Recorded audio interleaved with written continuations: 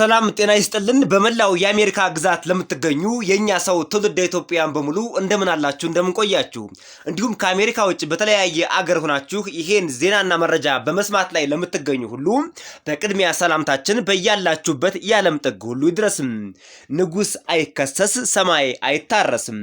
ፕሬዝዳንት ትራምፕ ነገሩን ገልብጠው ስደተኞች እየገደሉን ነው ሲሉ የመላእክት ቤተሰብ ቀን ክብረ በዓል ላይ በይፋ ተናገሩ። ኢትዮጵያውያን ግን ከደሙ ንጹህ ነን። ትውልደ ኢትዮጵያውያን ዲያስፖራዎች ግን ከዚህ ደም ንጹህ ነን። ባሉ እንዲከበር በአዋጅ ያጸደቁበት ሚስጥርና ለስደተኞች የተደገሰው የክፋት ድግስ የሚለውን ልዩ ሚስጥር አጋልጠነዋል። ማንኛውም አሜሪካን ሀገር የሚኖር ትውልደ ኢትዮጵያውያንና ስደተኛ ማወቅ መስማት ያለበት መረጃ ነው። በሌላ ዜና ፕሬዝዳንት ትራምፕ ያልጠበቁት ገጠማቸው። 140 ቢሊዮን የአሜሪካ ዶላር በዳኞች ቁማር ተበሉ። የሱፕሪም ኮርት ዳኞች ውሳኔና የፕሬዝዳንት ትራምፕ የታሪፍ ግብግብ በዝርዝር ይቀርባል። መደመጥ ያለበት ልዩ መረጃ ነው። ወደ ዝርዝሩ አልፈናል። እናንተ የዩቲዩብ ቻናሉን ሰብስክራይብ እያደረጋችሁ ግቡ። እኔ መረጃዎቹን ለእናንተ በሚመጥን መልኩ ማቅረቤን ቀጥያለሁ። ወደ ቀዳሚው መረጃ ስናልፍ ንጉስ አይከሰስ ሰማይ አይታረስ። ፕሬዝዳንት ትራምፕ ነገሩን ገልብጠው ስደተኞች እዚህ አሜሪካን ሀገር መጥተው እየገደሉ ነው። ከተለያየ ዓለም የመጡ ከእስር ቤት ያመለጡ እንዲሁም ከአእምሮ ሕክምና ማዕከል ያመለጡ እብዶች አሜሪካን ሀገር መጥተው በርካታ ነጮችን በርካታ ትውልድ አሜሪካውያን ገለውብናልና እንበቀላቸው ኑ ሲሉ አንድ ታላቅ የሆነ የመላእክት ቤተሰብ ቀን ክብረ በዓል በአዋጅ ጸድቆ እንዲከበር አድርገው እዚህ ላይ ታላቅ ንግግር አድርገዋል። ትውልድ ኢትዮጵያውያን ግን ከደሙ ንጹህ ናቸው። ዝርዝሩን እንመልከተው። በፈረንጆቹ አቆጣጠር የካቲት 23 2026 በዛሬው ዕለት ማለት ነው። አሁን ይህ ዜና ከወጣበት ከደቂቃዎች በፊት ነው ክብረ በዓሉ የተከበረው። ፕሬዝዳንት ትራምፕ በነጩ ቤተ መንግስት በህገወጥ መንገድ ወደ አሜሪካ በገቡ ግለሰቦች አማካኝነት ህይወታቸውን ላጡ አሜሪካውያን ቤተሰቦች ወይም የመላእክት ቤተሰቦች ኤንጅል ፋሚሊስ የክብረ በዓል መታሰቢያ ስነ ስርዓት አካሂደዋል። ሁልጊዜም የካቲት 22 2026 በፈረንጆቹ አቆጣጠር ይህ በዓል ታስቦ እንዲውል በአሜሪካውያን ዘንድ በአዋጅ ጸድቋል። ታዲያ ይህ አዋጅ ሲጸድቅ በእኛ በስደተኞች ላይ የተጫነው ልዩ ሴራ ከበስተጀርባ ያለው አደገኛ ጉዞም አብረን እናጋልጠዋለን። ዋና ዋና ክስተቶች ብሔራዊ የመላእክት ቀን የመላእክት ቤተሰቦች ቀን ወይም ኤንጅልስ ፋሚሊ ፕሬዝዳንት ትራምፕ የካቲት 22 ብሔራዊ ኤንጅልስ ፋሚሊ ወይም የመላእክት ቤተሰቦች ቀን ሆኖ እንዲከበር በይፋ አውጀዋል። ይህ ክብረ በዓል ዋና መነሻውና መሰረቱ አሜሪካን ሀገር ከቬንዙዌላ በመጣ አንድ ስደተኛ በተገደለች ነርስ ምክንያት በሀገሪቱ እንደ ብሔራዊ ክብረ በዓል ሆኖ እንዲከበር እንደ ትልቅ ምክንያት ሆኗል። ይህች ነርስ ሌክን ራይሊ ትባላለች። የሌክን ራይሊ መታሰቢያ ቀን ነው። ቀኑ የተመረጠው ደግሞ በጆርጂያ ክፍለ ግዛት የነርሲንግ ተማሪ የነበረችው ሌክን ራይሊ ሞት 2ኛ ዓመት መታሰቢያ ምክንያት በማድረግ ነው።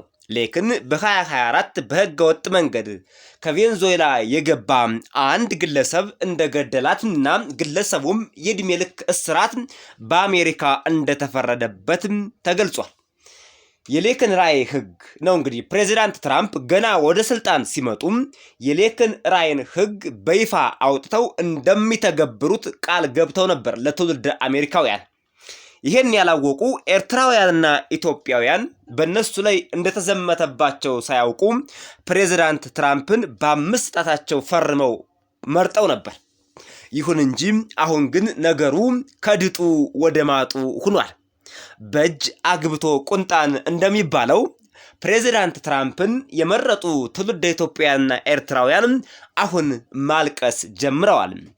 የሌክን ራይሊ ህግ ትራምፕ ወደ ስልጣን በገቡበት በጥቂት ቀናት ውስጥ የመጀመሪያ ስራቸው አድርገው የፈረሙትና የሌክን ራይሊ ህግ የተባለውን የድንበር ጥበቃና ስደተኞችን አባሮ የማባረር እንዲሁም የማሰር ህግ በይፋ በአሜሪካን ሀገርም እኔ የተመረጥኩት ስደተኞችን ለማባረር ነው፣ በህገወጥ ስደተኞች ሰበብ ሌሎችንም አጫፍሮ ለመምታት ነው ሲሉ ፕሬዝዳንቱ በይፋ ተደምጠዋል ማለት ነው።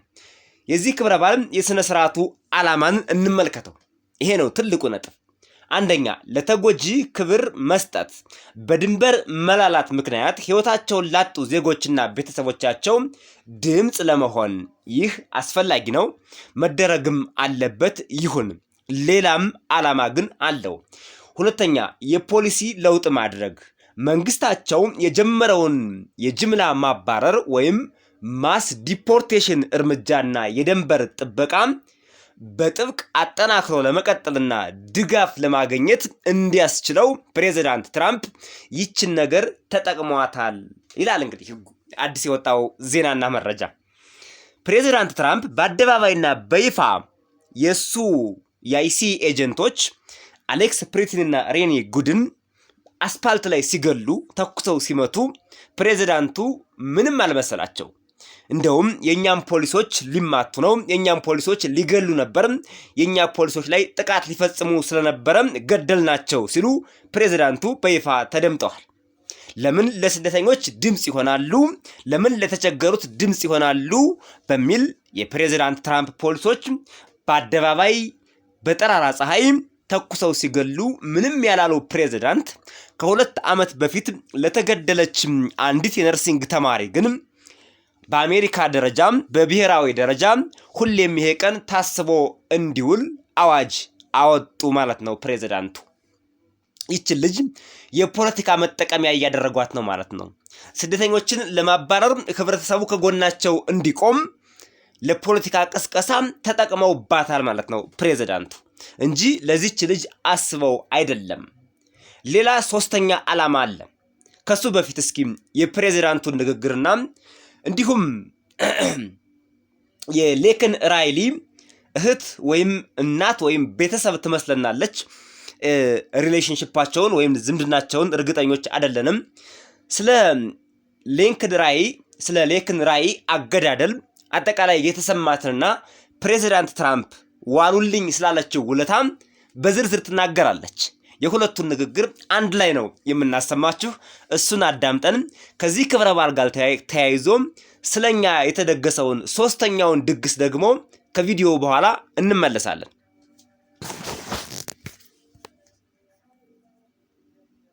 And I'm doing it today. February 22nd is going to be National Angel Family Day.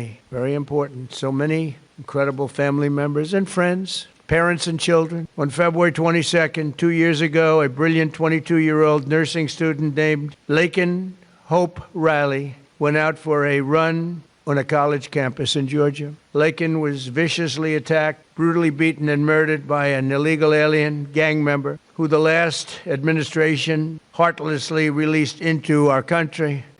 I think that a lot of people feel like that President Trump is maybe different than the version that I've gotten to know. And I just can't thank you enough. You have said from the beginning, literally the day after this happened, that you would not forget about Laken. She did everything for everyone else. She expected nothing in return. She just wanted to be a good friend and a good sister and a good daughter and a hard-working nurse. She was working so hard for. And I'm beyond blessed and thankful that you're honoring not just Laken, because she's one in a ton of people that have suffered at the hands of illegal immigrants. She's not the only one. And so thank you for honoring all of them, not just Laken. And we're just beyond grateful. Thank you. Thank you so much,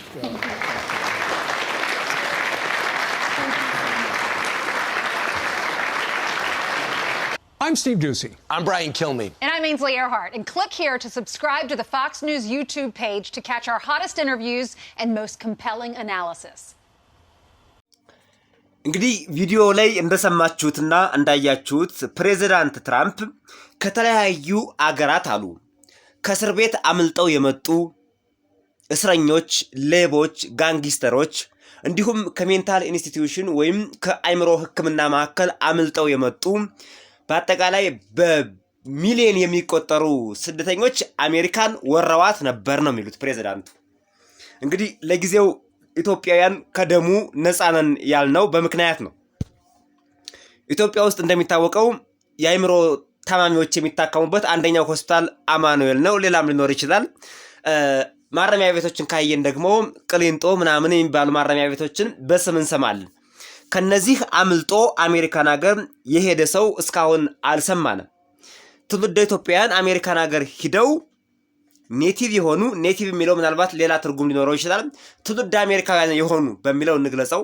ወይም ፕሬዚዳንት ትራምፕ ዜጎች ናቸው የሚላቸውን የገደለ ትውልደ ኢትዮጵያውያን እስካሁን የለም።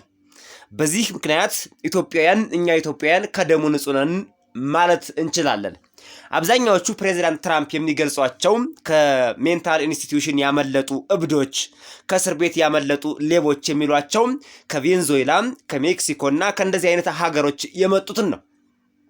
ስለዚህ ኢትዮጵያውያን በዚህ በኩል ምንም እንኳን አሜሪካን ሀገር ወንጀል ሰርተው ዘወረስቶ ፎረስት ተብለው የሚታሰሩ ቢኖሩም እንኳን በዚህ ደረጃ የከፋ የሰው ግድያ የፈጸሙ በተለይ ደግሞ በነጮች ላይ ወይም ደግሞ በእነሱ በአሜሪካውያኖች ላይ እንደዚህ አይነት ግድያ የፈጸሙ ትውልደ ኢትዮጵያውያን እስካሁን ስለሌሉ እኛ ለጊዜው ከደሙ ነፃ ነን።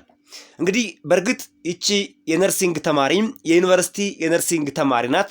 እጅግ በጣም ታሳዝናለች። ሌከን ራይሊ ትባላለች። በአሰቃቂ ሁኔታ ነው የተገደለችው። በእርግጥ ግለሰቡ ተይዞ የእድሜ ልክ እስራት ተፈርዶበታል። ያገዳደሉ ሁኔታ አሰቃቂ የሚባል ላይሆን ይችላል። እንግዲህ አስገድዶ መድፈር አለበት ይባላል። ሌላም አሱልትም አለበት ይባላል። ብዙ አይነት ነገሮች ናቸው በግለሰቡ ላይ የቀረቡት ክሶች ወደ 4 አይነት ክሶች ናቸውና ከሆነ ቦታ ላይ ገፍቶ የመጣል አይነት ግድያ ነው የሚያሳየው። ግድያው እንደዛ ነው። ግለሰቡ ደግሞ ከቬንዙዌላ የመጣም ህገወጥ ስደተኛ ነው። አሜሪካን ሀገር ለብዙ ጊዜ ወንጀል እየሰራ ሲዘዋወር ቆይቷል ማለት ነው። ፕሬዚዳንት ትራምፕ የሚሉት ይህ ግለሰብ በጊዜውና በሰዓቱ መባረር ነበረበት። ባለመባረሩ ምክንያት እንደዚህ አይነት ወንጀል ተፈጽሟል። ስለዚህ አሁንም አይጥ በበላ ዳዋ ተመታ፣ ሁሉንም ስደተኛ ከአሜሪካን ሀገር ጠራርጌ አስወጣለሁ ነው። ፕሬዚዳንት ትራምፕ ወንጀለኞችንና ህገወጥ ስደተኞችን የሚሉት ውሸታቸውን ነው። ትራምፕ አጋጣሚውን ካገኙና ህጉ ከፈቀደላቸው ሁኔታዎች ከተመቻቸላቸው ሁሉንም ስደተኞች ለአሜሪካ አይጠቅሙም ብለው የሚያስቧቸውን ቢያባረሩ ደስታቸው ነው። ደስታውን አይችሉትም። ምናልባት በጣም የተሻለ እውቀት አቅም ያላቸው ክህሎት ያላቸውን እነሱም ብቻ ለአሜሪካ ይጠቅማሉ ተብሎ ስለሚታሰብ ላይነኩ ይችላሉ እንጂ ከዛ ውጭ ህጋዊነት የሚለውን ነገር ፕሬዚዳንት ትራምፕ አይቀበሉትም። ሲጀመር ፕሬዚዳንቱ ዓለም አቀፍ ህግ አይገዛኝም ብለዋል። ህገ መንግስት አያስፈልገኝም ያሉ ሰው በህገ መንግስት ይመራሉ ብሎ ማሰብ ዘበት ነው የሚሆነው ማለት ነው።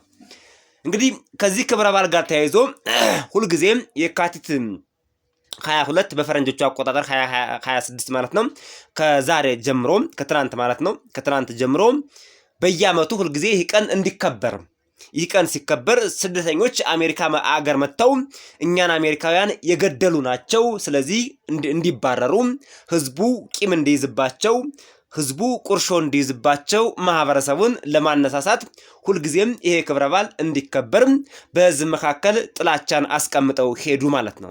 ነገር ግን የፕሬዚዳንት ትራምፕ ፖሊሶች የገደሏቸው አሌክስ ፕሪቲና ሬኒ ጉድ ማንም አይሰማቸውም።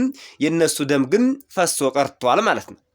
ንጉስ አይከሰስ ሰማይ አይታረስ ማለት ይሄ ነው። ከዚህ በላይ ምን አለ? ፕሬዚዳንቱ የሚሰሩት ወንጀል የሚጠይቃቸው የለም። ሌሎች የሰሩትን ወንጀል ግን ለማጋለጥ ጀንበር አጠልቅባቸውም ማለት ነው። ሌላው በእኛ ላይ የታወጀው ከዚህ ክብረ በዓል ዓላማ ማለት ነው ሁለቱን ነግሬያችኋለሁ። ሶስተኛው በህገወጥ ስደተኞች ወንጀል የተጎዱ ቤተሰቦችን የሚረዳውን ቪክቲም ኦፍ ኢሚግሬሽን ክራይም ኢንጀጅመንት ቢሮ በይፋ ስራ አስጀምሮ ወደፊት ስደተኞች ላይ የተጠናከረ ዘመቻ፣ የህብረተሰብ ድጋፍ፣ የፋይናንስ ድጋፍ እንዲደረግ ለማስቻል ነው ይላል። ይሄ ነው የፕሬዚዳንቱ እንቅስቃሴ፣ ይሄ ነው ማለት ነው። ባጭሩ ፕሬዚዳንት ትራምፕ ዓላማቸው መንግስታቸው የተመረጡበት አቋማቸው በሙሉ ስደተኛን ከአሜሪካ ለማባረር ነው። ሌላ ምንም ዓላማ የላቸውም። ለዚህ ብቻ ነው የተመረጥኩት ብለዋል። ይሄ የሌንከን ራይሊ ህግ ፕሬዚዳንት ትራምፕ ወደ ስልጣን ሲመጡ ከዚች ልጅ ጋር ተያይዞ የመጣው ህግ ነው። አንደኛው ግዴታ የሆነ እስራት አምጥተዋል ፕሬዚዳንቱ ማለት ነው። ማንዳቶሪ ዲቴንሽን ይለዋል። ማንኛውም ሰነድ አልባ ስደተኛ እንደ ስርቆት፣ የሱቅ ስርቆት ወይም ንብረት ማጥፋት ባሉ ቀላል በሚባሉ ወንጀሎች ከተከሰሰ ብቻ ገና ጥፋተኛ ሳይባል የኢሚግሬሽን ፖሊስ ወይም አይሲኢ በቁጥጥር ስር እንዲያውለውና ዲፖርት እንዲያደርገው ይህ ህግ ያስገዳል ማለት ነው። ከዚህ በፊት አንድ ሰው አሜሪካን ሀገር ኑሮ ሱቅ ላይ የሆነ ነገር ቢያነሳ፣ ጥቃቅን ነገር ቢሰርቅ፣ ይሄ ማይነር የሚባሉ ክራይም ማለት ነው፣ እነሱም ቢፈጽም ከአሜሪካን ሀገር አይባረርም ማለት ነው። አሁን ግን በሌንከን ራይሊ ህግ መሰረት እሷ ከተገደለች በኋላና ትራምፕ ወደ አሜሪካን ሀገር ወደ ስልጣን ከመጡ በኋላ እንደዚህ አይነት ወንጀል የሚሰሩ ስደተኞች በአጭር ጊዜ እንዲባረሩ እንዲታሰሩ ይደረጋል። ሌላው የዋስትና መብት መከልከል ነው። ቀደም ሲል በነበሩት ህጎች ስደተኞች በቀላል ወንጀል ሲከሰሱ ዋስትና ከፍለው ወይም በጊዜ ቆጠሮ ከእስር ቤት ወጥተው የፍርድ ሂደታቸውን መከታተል ይችሉ ነበር። አሁን ግን ይህ ህግ በኢሚግሬሽን ቁጥጥር ስር እንዲቆዩ ስለሚያስገድድ ከእስር ቤት የመውጣት እድላቸው በጣም ዝቅተኛና ዜሮ ደርሷል ይለናል። ይሄ ነው እንግዲህ የሌንከን ራይሊን ሞት ተጠቅሞ ፕሬዚዳንት ትራምፕ ገና አንድ የቬንዙዌላ ሰው ነው የገደላት በሚል ስደተኛ ነው የገደላት በሚል ምክንያት በሁሉም ስደተኞች ላይ እንደዚህ አይነት ጅምላ ፍረጃ አምጥተዋል ማለት ነው። ሌላው የግዛቶችን መብት ሰጥተዋል። ይሄኛው እንኳን ብዙም ችግር የለውም። የግዛቶች ጠቅላይ አቃቢ ህጎች የፌዴራል መንግስቱ ስደተኞችን በበቂ ሁኔታ በቁጥጥር ስር አላዋለም ብሎ ካሰቡ የፌዴራል መንግስቱን ፍርድ ቤት የመክሰስ መብት ሰጥቷቸዋል። ነገር ግን ይሄ ይበልጥ እንዲያጠናክሩለት ስለፈለገ ነው እንጂ የግዛቶች ወይም ስቴት የሚባሉት ጭራሽ እንደውም የፕሬዚዳንት ትራምፕንም የስደተኞችን የማባረር ፖሊሲም አይደግፉትም። ሲጀመር አይደለም ህጉን እያስፈጸምክ አይደለም ብለው ሊከሱት ይቅርና ፖሊሲውንም አይደግፉትም። ለምሳሌ ሚኒሶታዎች ነፃነታቸውን ያሳወጁ ጀግኖች ተብለዋል በአሜሪካ ምድር ማለት ነው። አሁን በሚኒሶታ ሰላም ሰፍኗል። ባደረጉት ተጋድሎ ባደረጉት ተቃውሞ መስዋዕት ቢከፍሉም እንኳን በበረዶ ወጥተው በስቃይ በመከራ ከአይሲኢ ፖሊሶች አፈሙዝ ተርፈው አሁን ነፃነታቸውን አስከብረዋል። ፕሬዚዳንቱ ግን ያወጡላቸው ህግ እንደውም እኔን ክሰሱኝ፣ የኢሚግሬሽን ህግን እያስፈጸምክ አይደለም፣ ስደተኞችን እየተቆጣጠርክ አይደለም ብላችሁ ክሰሱኝ ነበር ያሉት ፕሬዚዳንቱ። አንድም መክሰስ ይቅርና እንደውም እየተቃወሙት ነው ማለት ነው ፕሬዚዳንቱን። ሌላው የፐብሊክ ቻርጅ ላይ ከዚች ልጅ ጋር ሞት ተያይዞ ነው እንግዲህ ያስቡት። ዋናው ትልቁ ምክንያት የምንረበሽበት የሁሉም በስደተኞች ላይ የመጣው መከራ ከዚች የነርስ ተማሪ ግድያ በኋላ የመጣ ነው። አሁን ባለው አሰራር አንድ ስደተኛ እንደ ምግብ ድጎማ፣ የቤት ኪራይ እርዳታ ወይም ዝቅተኛ ገቢ ላላቸው የሚሰጥ የጤና መድን ከተጠቀመ ለግሪን ካርድ ብቁ እንዳልሆነ ይቆጠራል። ይሄን ህግ ያመጡብን ፕሬዚዳንት ትራምፕ ናቸው። ከዚህ በፊት ያልነበረ ነው። ጸረ ስደተኛ ናቸው። ባጭሩ ስደተኛን ባገኙት ቀዳዳ ባገኙት አጋጣሚ ሁሉ ለመጉዳት ወደ ኋላ አይሉም። የወደፊት ስጋቱ ምንድነው? ምንም እንኳን አንድ ሰው በአሁኑ ጊዜ እርዳታ ባይጠቀምም ወደፊት ደግሞ የመንግስት ሸክም ሊሆን ይችላል ተብሎ ከተገመተ ለምሳሌ ዝቅተኛ ገቢ ካለው ቪዛው ወይም ግሪን ካርድ ሊነጠቅ ይችላል ይላል። ወይም ደግሞ ቤተሰቦቹን ከኢትዮጵያ ማምጣት አይችልም። የገቢ ሁኔታው ይታያል። አቅም ከሌለው ከኢትዮጵያ የሚያመጣቸው እናት፣ አባት፣ ወንድም፣ እህት ወይም የትዳር አጋር ሊሆን ይችላል። ወደ አሜሪካን ሀገር ሲያመጣ ስፖንሰር ሆናቸዋለሁ ብሎ ነው የሚያመጣቸው። በቂ ገንዘብ ከሌለው የአሜሪካ ጥገኛ ይሆናሉ የሚያመጣቸው ሰዎች ተብሎ ስለሚታሰብ እንዳያመጣ ይከለከላል። በማን? በፕሬዚዳንት ትራምፕ አስተዳደር ጊዜ ማለት ነው።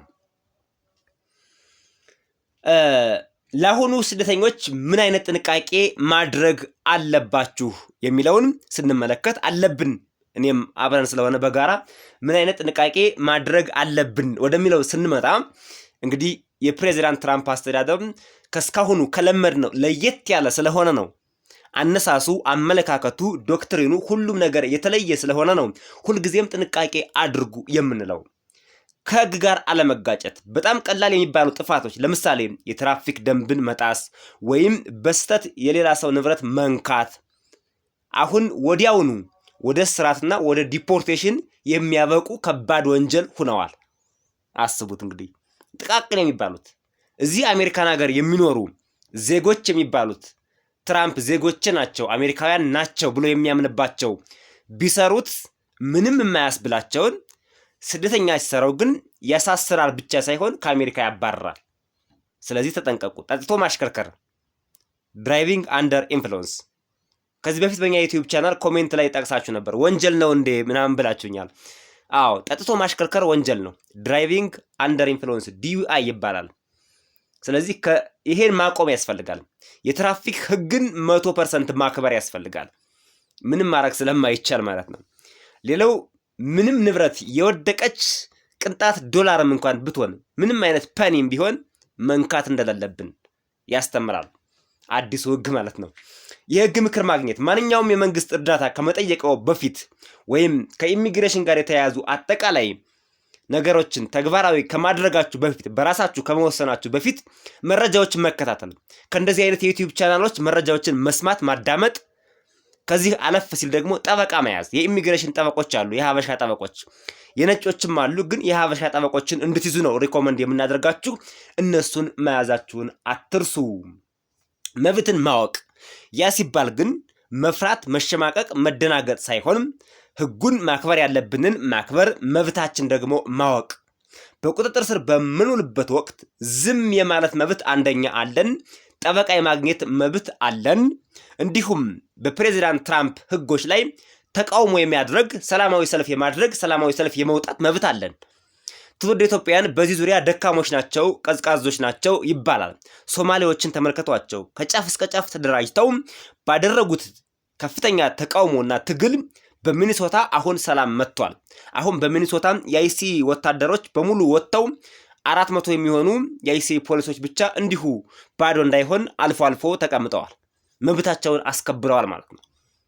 ስለዚህ ሰላማዊ ሰልፍ ማድረግ፣ የሃይማኖት መሪዎች፣ የሲቪክ ተቋማት ኃላፊዎች ተደራጅታችሁ ፍርድ ቤት ህጎችን መጠቀም፣ ዳኞችን ቻሌንጅ ማድረግ፣ በቲፒኤስ በአሳይለም በሪፊውጂ በተለያዩ በእነዚህ ትውልደ ኢትዮጵያውያን እንዳይጎዱ የህግ ከለላ እንዲያገኙ ድምጻችሁን ማሰማት፣ ሰላማዊ ሰልፍ ማድረግ ይገባል ማለት ነው። እዚህ ላይ ትውልደ ኢትዮጵያውያን ደካሞች ናቸው፣ ይፈራሉ፣ ወደ አደባባይ አይወጡም፣ ተቃውሞ ሲያደርጉ አይታዩም የሚባል ነገር ስላለ ይሄን ወደፊት አጠናክረን መቀጠል ይኖርብናል። ምንም ችግር የለውም። እዚህ አሜሪካን ሀገርም የመንግስትን ህግ ሰላማዊ ሰልፍ ወጥቶ መቃወም ይቻላል። ብዙ ያን ታክል የሚያስፈራ ነገር የለውም። በህገ መንግስት በስርዓት የምትመራ ሀገር ስለሆነች። ሌላው በወንጀል የተከሰሰ ሰው ካለ በሌከን ራይሊ ህግ መሰረት ማንኛውም በትንሽ ወንጀል ለምሳሌ የሱቅ ስርቆት የተከሰሰ ሰው የስራ ፍቃዱ ወዲያውኑ ሊሰረዝ ወይም ሊታገድ እንደሚገባ አሁንም ፕሬዚዳንት ትራምፕ ያመጡብን ጫና ነው ማለት ነው። ስለዚህ ከዚህ ክብረ በዓል ጋር ተያይዞ ስደተኞች ወደ አሜሪካን ሀገር መጥተው ልጆቻቸውን ቤተሰቦቻቸውን የገደሉባቸው ቤተሰቦችን ሰብስበው እንግዲህ በጣት የሚቆጠሩ እኮ ናቸው 3 ወይም 4 ወይም 5 ነው የሚሆኑት እኮ እነሱን ሰብስበው ትራምፕ ፖለቲካ ሰርተው ስደተኞች እኛን እየገደሉን ነው እየገደሏችሁ ነው ኑና አባራችሁ ብለው እንደዚህ አይነት ፖለቲካ ሰርተው ከዚህ ጋር ተያይዞ ደግሞ አሁን ያነበብኩላችሁን በእኛ ላይ አዳዲስ አስጨናቂ አስፈሪ አስደንጋጭ ህጎችን አውጥተውብናል ማለት ነው። ሌላው የጅምላ ማባረር ዘመቻቸው በይፋ በአሜሪካውያን ዘንድ እንዲደገፍ እና ተቀባይነት እንዲኖረው ይሄን ክብረ በዓል ማክበር አስፈልጓቸዋል። ወደ መጨረሻው ዜና ስናልፍ ፕሬዚዳንት ትራምፕ ሳያስቡት ሳያልሙትና ሳያቅዱት 140 ቢሊዮን የአሜሪካ ዶላር ቁማር ተበልተዋል። የታሪክ ነገር አብቅቶለታል። በሱፕሪም ኮርትና በፕሬዚዳንት ትራምፕ መካከልም ያለው ታላቁ ፍጥጫ እንዲህ ባለ ሁኔታ ተጠናቋል ማለት ነው። አዲስ የወጣ ሰበር የወጣ መረጃ ነው። እንደሚታወቀው የካቲት 20 በፈረንጆቹ አቆጣጠር ማለት ነው የአሜሪካ ጠቅላይ ፍርድ ቤት ትራምፕ ቀደም ብለው ጥለውት የነበረውን የታሪፍ ህግ ሙሉ በሙሉ ውድቅ ማድረጉን በርካታ አሜሪካን ሀገር የሚኖሩ ሰምተዋል። ያልሰማችሁ ካላችሁም ውድቅ ማድረጉን አሁን መስማት ነው። ትራምፕ ግን ወዲያውኑ በፍጥነት በሚገርም ሁኔታ ፕሬዚዳንት ትራምፕ እንግዲህ ከዚህ በፊት 10% ታሪፍ ከብዙ ሀገራት ጥለዋል። ከቻይና ላይ ጥለዋል። ሌሎችም ከነ ሜክሲኮ አካባቢ ጋር ከነዚህ ሀገሮች ጥለዋል። አውሮፓ ሀገሮች ላይም ከነ ፈረንሳይ ጥለዋል። ይሄን ታሪፍ ጥለው ነበር ማለት ነው። በእርግጥ ታሪፍ መጣሉ ፕሬዚዳንቱ የዋህ ሆነው ነው እንጂ የሚጎዳው እኛኑ እዚህ አሜሪካን ሀገር ያለነውን ነው። ታሪፍ ወደ አሜሪካን ሀገር በሚገባ ምርት ላይ ተጣለ ማለት አሜሪካን ሀገር የኑሮ ውድነት የትየለሌ ነው የሚሆነው። የኑሮ ውድነት ይጨምራል ማለት ነው። ኢምፖርት የሚያደርጉት ሀገሮች እኮ አይጎዱም። ቻይና ላይ ታሪፍ ጣልን ሲባል ቻይናዎች ምንም አይጎዱም። በታሪፉ ልክ ምርታቸው ላይ ዋጋቸውን ቆልለው ይሸጣሉ። እነሱ ምን አገባቸው? የሚጎዳ አሜሪካ የሚኖረው ህዝብ ነው። ካምፓኒውም አይጎዳም፣ ምንም ጉዳት የለበትም። ከህዝቡ ላይ ምርቱን ጨምሮ ይሸጣል ማለት ነው። ይሄ ነው ቁማሩ። ስለዚህ ፕሬዚዳንቱ ህዝቡ ላይ ነው ታሪፉን እየጣሉት ያሉት እንጂ ሀገራት ላይ እየመሰላቸው ተሸውደዋል። ለማንኛውም ሱፕሪም ኮርት ወይም ጠቅላይ ፍርድ ቤት የሚባለው ፕሬዚዳንት ትራምፕ የጣሉት ታሪፍ ህገወጥ ነው፣ ታሪፍ የመጣል መብት የላቸውም፣ ታሪፍ የመጣል መብት የኮንግረስ ነው፣ ፕሬዚዳንቱ ታሪፍ መጣል አይችሉም። የፕሬዚዳንቱ ትልቁ ስህተት ደግሞ ታሪፍ ሲጥሉ በኮንግረስ አላጸደቁም። በራሳቸው ጉልበት ነው የሚሄዱት ፕሬዚዳንቱ። አንዳንድ የሚሸወዱት ለዚህ ነው እና ሙሉ በሙሉ ይሄን ህግ ሰርዞታል። መሰረዝ ብቻ ሳይሆን ከዚህ በፊት የተከፈለ ታሪፍ እንዲመለስ ያስችላል። ይሄን የሰሙ ካምፓኒዎች በፍጥነት ወደ ፍርድ ቤት መጡና በህገወጥ መንገድ ነው ታሪፍ የከፈልኩት፣ ታሪፍ ይመለስልኝ አሉ። ድራማው እዚህ ላይ ነው እንግዲህ። ፕሬዚዳንት ትራምፕ ደግሞ 140 ቢሊዮን የአሜሪካ ዶላር በታሪፍ ሰብስበው ለአሜሪካውያን አንደኛ ለግብር ተመላሽ አደርጋለሁ ይላሉ። ለወታደሮች ሰጥተውታል ገንዘቡን፣ ከዚህ በፊት አስታውሳላችሁ። ለኢሚግሬሽን ማስፈጸሚያ አብዛኛው ገንዘብ ገብቷል። ከዚህ በፊት ግብር ያላግባብ ከፍለዋል ላሉት ሰጥተዋል። እንደዚህ እያደረጉ ከታሪፍ ያገኙትን ገንዘብ ፕሬዚዳንቱ በትነውታል። ፍርድ ቤቱ ደግሞ ገንዘቡ በስተት የተሰበሰበ ነው ይመለስ ብሏል። ካምፓኒዎች ደግሞ በህግ አግባብ ገንዘባችን ይመለስ ብለው መጡ። ፕሬዚዳንቱ 140 ቢሊዮን የአሜሪካ ዶላር ከየት አምጥተው እንደሚመልሱት ግራ ገብቷቸዋል ማለት ነው፣ ጨንቋቸዋል ማለት ነው። ከዚህ ላይ ነው ቁማሩን የተበሉት። ፕሬዚዳንቱ ግን የተበሏትን ቁማር በተቻለ መጠን እንኳን ቢሆን እንዲው ለማካካስ የሞት ሽረት ጥረት ለማድረግ አለ አይደለ? ይሄ አልሞት ባይ ተጋዳይ የሚባል አለ።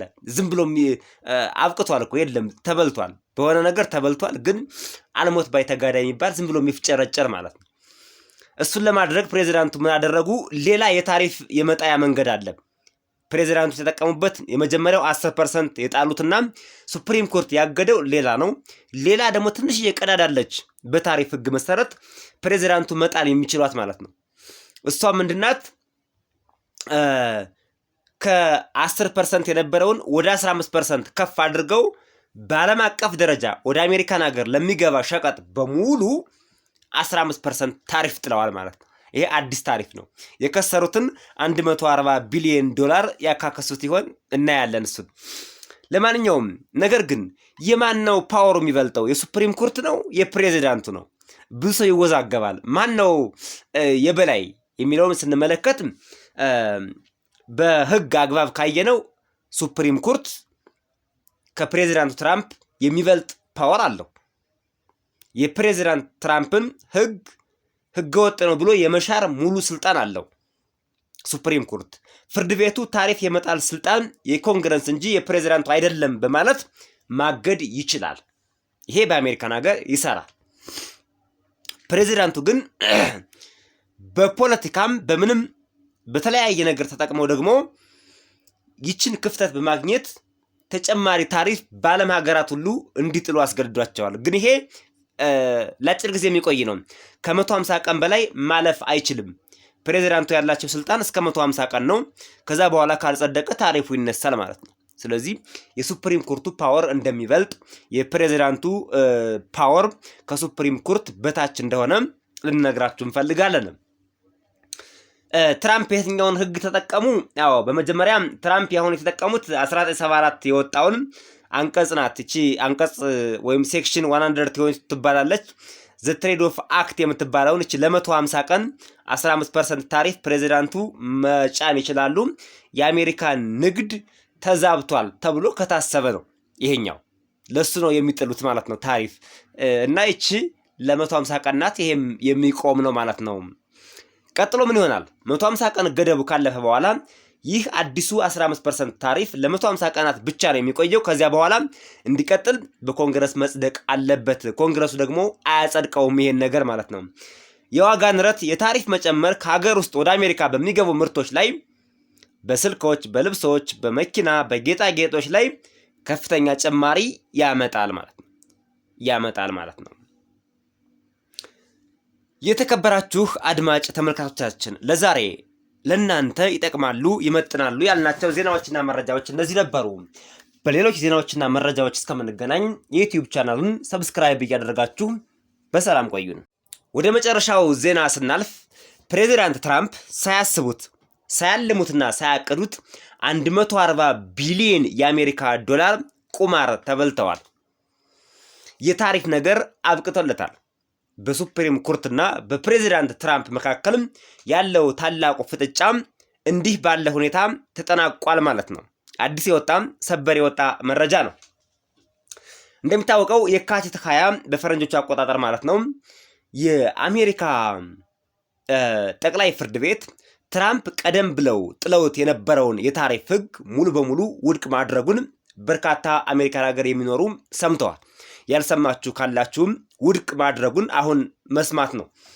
ትራምፕ ግን ወዲያውኑ በፍጥነት በሚገርም ሁኔታ ፕሬዚዳንት ትራምፕ እንግዲህ ከዚህ በፊት 10% ታሪፍ ከብዙ ሀገራት ጥለዋል። ከቻይና ላይ ጥለዋል። ሌሎችም ከነ ሜክሲኮ አካባቢ ጋር ከነዚህ ሀገሮች ጥለዋል። አውሮፓ ሀገሮች ላይም ከነ ፈረንሳይ ጥለዋል። ይሄን ታሪፍ ጥለው ነበር ማለት ነው። በእርግጥ ታሪፍ መጣሉ ፕሬዚዳንቱ የዋህ ሁነው ነው እንጂ የሚጎዳው እኛኑ እዚህ አሜሪካን ሀገር ያለነውን ነው። ታሪፍ ወደ አሜሪካን ሀገር በሚገባ ምርት ላይ ተጣለ ማለት አሜሪካን ሀገር የኑሮ ውድነት የትየለሌ ነው የሚሆነው። የኑሮ ውድነት ይጨምራል ማለት ነው። ኢምፖርት የሚያደርጉት ሀገሮች እኮ አይጎዱም። ቻይና ላይ ታሪፍ ጣልን ሲባል ቻይናዎች ምንም አይጎዱም። በታሪፉ ልክ ምርታቸው ላይ ዋጋቸውን ቆልለው ይሸጣሉ። እነሱ ምን አገባቸው? የሚጎዳ አሜሪካ የሚኖረው ህዝብ ነው። ካምፓኒውም አይጎዳም፣ ምንም ጉዳት የለበትም። ከህዝቡ ላይ ምርቱን ጨምሮ ይሸጣል ማለት ነው። ይሄ ነው ቁማሩ። ስለዚህ ፕሬዚዳንቱ ህዝቡ ላይ ነው ታሪፉን እየጣሉት ያሉት እንጂ ሀገራት ላይ እየመሰላቸው ተሸውደዋል። ለማንኛውም ሱፕሪም ኮርት ወይም ጠቅላይ ፍርድ ቤት የሚባለው ፕሬዚዳንት ትራምፕ የጣሉት ታሪፍ ህገወጥ ነው፣ ታሪፍ የመጣል መብት የላቸውም፣ ታሪፍ የመጣል መብት የኮንግረስ ነው፣ ፕሬዚዳንቱ ታሪፍ መጣል አይችሉም። የፕሬዚዳንቱ ትልቁ ስህተት ደግሞ ታሪፍ ሲጥሉ በኮንግረስ አላጸደቁም። በራሳቸው ጉልበት ነው የሚሄዱት ፕሬዚዳንቱ። አንዳንድ የሚሸወዱት ለዚህ ነው እና ሙሉ በሙሉ ይሄን ህግ ሰርዞታል። መሰረዝ ብቻ ሳይሆን ከዚህ በፊት የተከፈለ ታሪፍ እንዲመለስ ያስችላል። ይሄን የሰሙ ካምፓኒዎች በፍጥነት ወደ ፍርድ ቤት መጡና በህገወጥ መንገድ ነው ታሪፍ የከፈልኩት፣ ታሪፍ ይመለስልኝ አሉ። ድራማው እዚህ ላይ ነው እንግዲህ። ፕሬዚዳንት ትራምፕ ደግሞ 140 ቢሊዮን የአሜሪካ ዶላር በታሪፍ ሰብስበው ለአሜሪካውያን አንደኛ ለግብር ተመላሽ አደርጋለሁ ይላሉ። ለወታደሮች ሰጥተውታል ገንዘቡን፣ ከዚህ በፊት አስታውሳላችሁ። ለኢሚግሬሽን ማስፈጸሚያ አብዛኛው ገንዘብ ገብቷል። ከዚህ በፊት ግብር ያላግባብ ከፍለዋል ላሉት ሰጥተዋል። እንደዚህ እያደረጉ ከታሪፍ ያገኙትን ገንዘብ ፕሬዚዳንቱ በትነውታል። ፍርድ ቤቱ ደግሞ ገንዘቡ በስተት የተሰበሰበ ነው ይመለስ ብለዋል። ካምፓኒዎች ደግሞ በህግ አግባብ ገንዘባችን ይመለስ ብለው መጡ። ፕሬዚዳንቱ 140 ቢሊዮን የአሜሪካ ዶላር ከየት አምጥተው እንደሚመልሱት ግራ ገብቷቸዋል ማለት ነው፣ ጨንቋቸዋል ማለት ነው። ከዚህ ላይ ነው ቁማሩን የተበሉት። ፕሬዚዳንቱ ግን የተበሏትን ቁማር በተቻለ መጠን እንኳን ቢሆን እንዲው ለማካካስ የሞት ሽረት ጥረት ለማድረግ አለ አይደለ ይሄ አልሞት ባይ ተጋዳይ የሚባል አለ። ዝም ብሎ አብቅቷል እኮ የለም ተበልቷል፣ በሆነ ነገር ተበልቷል፣ ግን አልሞት ባይ ተጋዳይ የሚባል ዝም ብሎ የሚፍጨረጨር ማለት ነው። እሱን ለማድረግ ፕሬዚዳንቱ ምን አደረጉ? ሌላ የታሪፍ የመጣያ መንገድ አለ። ፕሬዚዳንቱ የተጠቀሙበት የመጀመሪያው 10% የጣሉትና ሱፕሪም ኮርት ያገደው ሌላ ነው። ሌላ ደግሞ ትንሽዬ ቀዳዳለች በታሪፍ ህግ መሰረት ፕሬዚዳንቱ መጣል የሚችሏት ማለት ነው። እሷ ምንድናት? ከ10% የነበረውን ወደ 15% ከፍ አድርገው በዓለም አቀፍ ደረጃ ወደ አሜሪካን ሀገር ለሚገባ ሸቀጥ በሙሉ 15% ታሪፍ ጥለዋል ማለት ነው። ይሄ አዲስ ታሪፍ ነው። የከሰሩትን $140 ቢሊዮን ያካከሱት ይሆን እናያለን እሱን። ለማንኛውም ነገር ግን የማን ነው ፓወሩ የሚበልጠው? የሱፕሪም ኮርት ነው የፕሬዚዳንቱ ነው? ብዙ ሰው ይወዛገባል። ማን ነው የበላይ የሚለውን ስንመለከት በህግ አግባብ ካየነው ሱፕሪም ኮርት ከፕሬዚዳንቱ ትራምፕ የሚበልጥ ፓወር አለው። የፕሬዚዳንት ትራምፕን ህገወጥ ነው ብሎ የመሻር ሙሉ ስልጣን አለው ሱፕሪም ኮርት። ፍርድ ቤቱ ታሪፍ የመጣል ስልጣን የኮንግረስ እንጂ የፕሬዚዳንቱ አይደለም በማለት ማገድ ይችላል። ይሄ በአሜሪካን ሀገር ይሰራል። ፕሬዚዳንቱ ግን በፖለቲካም በምንም በተለያየ ነገር ተጠቅመው ደግሞ ይችን ክፍተት በማግኘት ተጨማሪ ታሪፍ በዓለም ሀገራት ሁሉ እንዲጥሉ አስገድዷቸዋል። ግን ይሄ ለአጭር ጊዜ የሚቆይ ነው።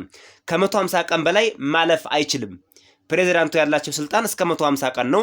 ከዛ በኋላ ካልጸደቀ ታሪፉ ይነሳል ማለት ነው። ስለዚህ የሱፕሪም ኮርቱ ፓወር እንደሚበልጥ፣ የፕሬዚዳንቱ ፓወር ከሱፕሪም ኮርት በታች እንደሆነ ልነግራችሁ እንፈልጋለን። ትራምፕ የትኛውን ህግ ተጠቀሙ? ያው በመጀመሪያ ትራምፕ ያሁን የተጠቀሙት 1974 የወጣውን አንቀጽ ናት። እቺ አንቀጽ ወይም ሴክሽን 120 ትባላለች። ዘ ትሬድ ኦፍ አክት የምትባለውን እቺ ለ150 ቀን 15% ታሪፍ ፕሬዚዳንቱ መጫን ይችላሉ። የአሜሪካ ንግድ ተዛብቷል ተብሎ ከታሰበ ነው ይሄኛው ለሱ ነው የሚጥሉት ማለት ነው ታሪፍ እና እቺ ለ150 ቀን ናት። ይሄም የሚቆም ነው ማለት ነው። ቀጥሎ ምን ይሆናል? 150 ቀን ገደቡ ካለፈ በኋላ ይህ አዲሱ 15% ታሪፍ ለ150 ቀናት ብቻ ነው የሚቆየው። ከዚያ በኋላ እንዲቀጥል በኮንግረስ መጽደቅ አለበት። ኮንግረሱ ደግሞ አያጸድቀውም ይሄን ነገር ማለት ነው።